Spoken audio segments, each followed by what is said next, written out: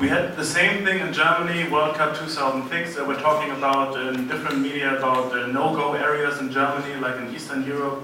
It's very hard or very dangerous for dark-skinned people. And yes, it is maybe in some small towns, but normally Euro tourists don't go to small towns in Eastern Germany, as well as they don't go to small suburbs in, I don't know, Kiev or something.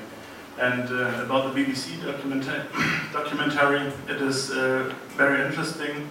Same thing like you told about the Spanish guy. I met fans of Arsenal Kiev. They are the only ultras in the Ukraine that are left-wing fans. Really the only ones. Everybody else in the ultra and ultra guidance is right-wing. That is a problem, and that has to be named, and it is like it is.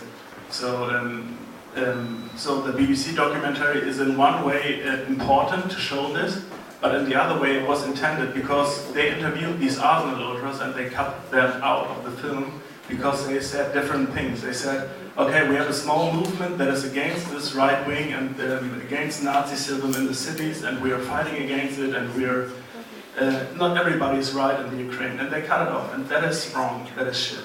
So we had also in Germany a very bad press about Ukraine and Poland as well before the tournament. And I was in Poland before, and I have to say I mainly write about fan subjects. So I met a lot of fan project guys, which is quite new and like a little revolution in Poland that they installed 4 fan projects in 4 different cities, 4 different clubs.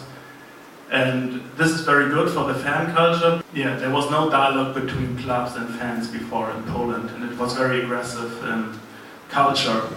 And that is the main difference to Ukraine. When I arrived in Ukraine, I met with several guys from the fan embassy, and they said, it's not possible to do a revolution here in Ukraine, we have to do evolution. Yeah, they don't have any fan projects, they only have fan embassies, and it was really hard to install these fan embassies here. Especially in Kiev, I talked to the guys who organize this. Actually, I lived with one of these guys, and he told me 1 month before that it wasn't possible to get any money from Zurkis and all these guys for these fan embassies. And now they are supported by Football Supporters Europe, have some money for the volunteers, some food, some water.